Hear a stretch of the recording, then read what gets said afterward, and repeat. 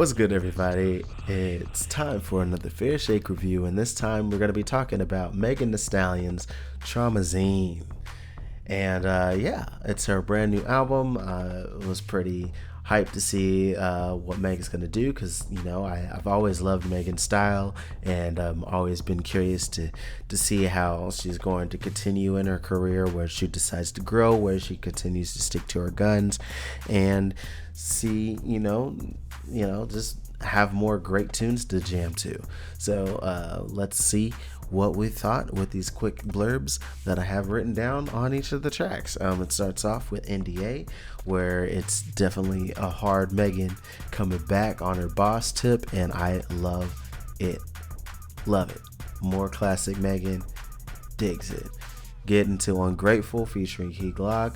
And it's another hard track where she is calling out the haters, whether they be men or women, and Key Glock does the same. And yeah, surprisingly, I liked the verses from both of them. More hard stuff. Getting to Not Nice, where basically Megan is owning that she's not nice to anybody who's hating or wanting a handout, and it's another really dope hard track. Digs that. Up next, Budget featuring Lotto is definitely a brag track that's meant for the clubs, and I think even Lotto handled the mic very well. I was like, yo, they're both kind of going hard, and I love how they're rapping over this, and it's definitely easy to dance to, so digs it. Up next, you got Her, where was definitely more of a surprise, especially when I saw that music video drop. I was like, oh, this is kind of more on like a house-like beat, and it's more Megan being Megan lyrically, with more self-praise over this upbeat house track, and I digs it. Then up next, you got Gift and a Curse, where it's definitely another hard track that's meant to twerk to, but I'm just kind of not a fan of how the flows connect in the chorus, and the lyrics get a little bit more on the redundant side for me, so not one I quite return to. Same with Ms. Nasty. This is another track where Megan is just kind of showing her sexual supremacy, but not in a way that interests me much. Up next, you get Who Me with Pooh Shiesty.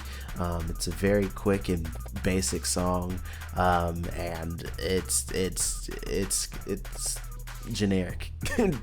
Skip.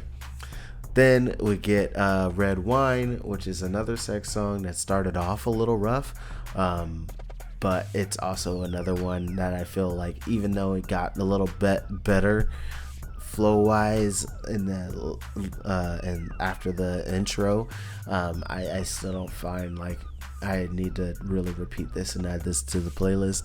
So up next we get Scary, which finally brought me back. I was like, yo, this boss chick energy that both her and Rico are giving. Like, Rico always gives a nice little twisted energy to any track that she's on, especially since she definitely has a different approach than Megan has. So hearing them both on here is really dope. And I think it was very well done, keeping kind of the theme of the horror references throughout. I think it was well done. Then, sorry, fly in my face. Up next, I got Anxiety, and I think even though like in this track it's lightly touched upon, I think it's really nice to actually hear Megan talk a little bit about her feelings, what on like simple anxieties, and also a bit on the loss of her mother. Just like that. Wish there was a little bit more of it, which is kind of dope that we get a little bit more of that in Flip Flop, where she kind of touches a little bit more on that loss, and also the success that she has, especially in that first verse. And then the second one kind of talks about the how fake the haters are moving in her life, and yeah, this is another track where I just saw, dang, it's nice to hear her talk a little bit more vulnerable, but I wish you went even deeper into those vulnerable feelings after hearing these two tracks back to back. Then we get consistency, and bro, the Between the Seats sample joint is so well done. You know, this sample has been done to death, but still, this is the kind of sex song that I like for Megan. And Janae on here is not only the cherry on top, she is icing on top. Like she did a great job adding to this, and I love this. I love this kind of sexy Megan. This is the kind of sexy Megan I dig.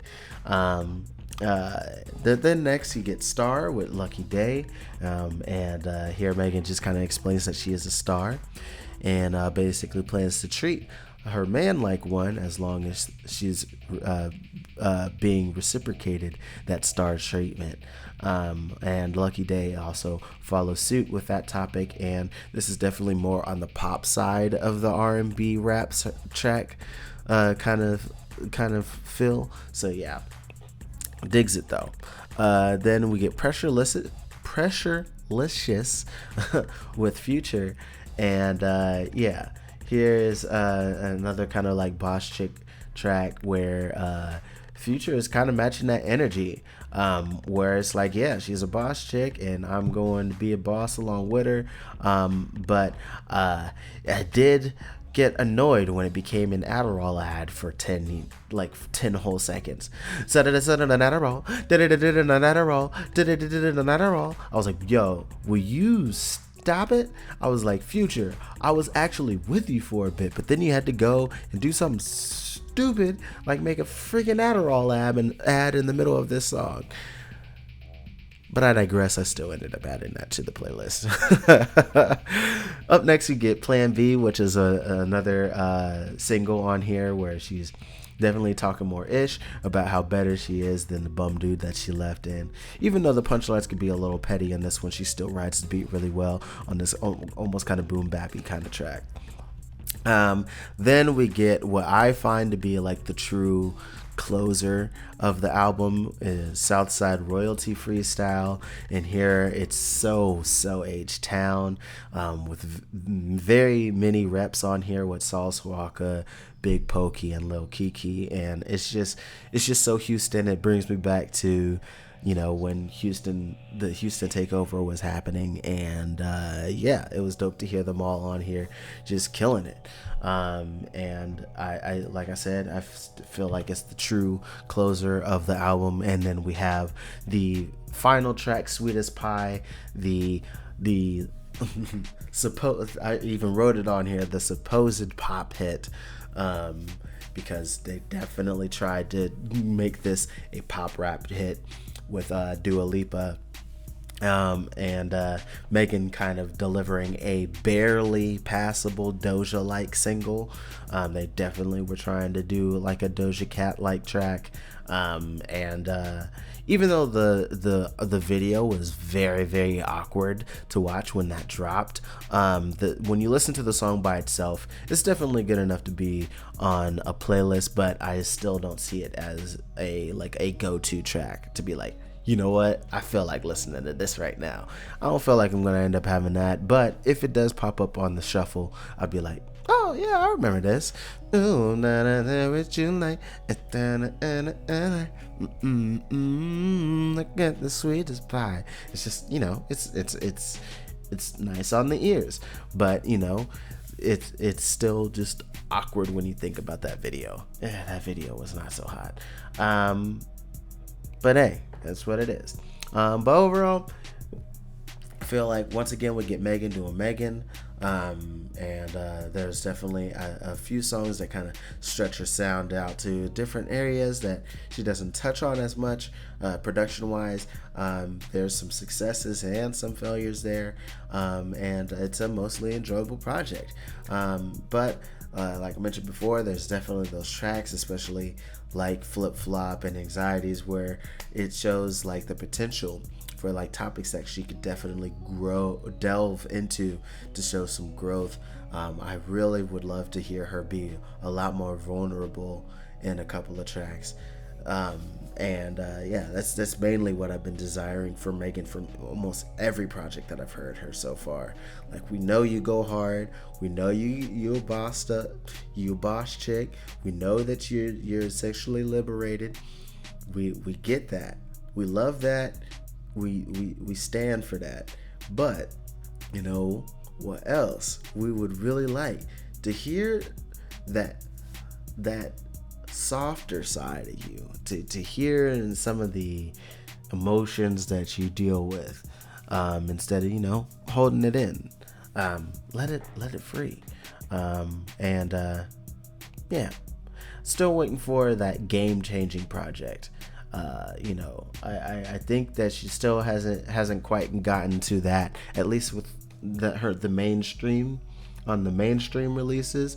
Still don't think she's quite dropped that game changing project yet, but I still feel that is in her. And yeah, she's dope. But there's still more I want from her. There's still more I want her to draw out from, her own life experiences that I wish she would put into song form. But yep, that's what I think overall. What do you guys think? Put it in the comment section below. I'd appreciate that, and I will definitely be reading. If you liked hearing my thoughts, you can hit that like button. You can subscribe for more reactions and reviews. Lastly, I do have a Patreon. If you like to support monetarily, there I do have some extra content for folks. It does focus a little bit more on the K-pop side of things, but I do a couple of vlogs and stuff there as well. And when I do finally get the time to do some more music stuff, you'll be able to get early access to that stuff there too. But yeah, if you would like to support the leader of Muddy Cult Madhouse, make sure you look up Muddy Cult Miko on Patreon. You can support her that way as well. But until next time, y'all, much love, peace.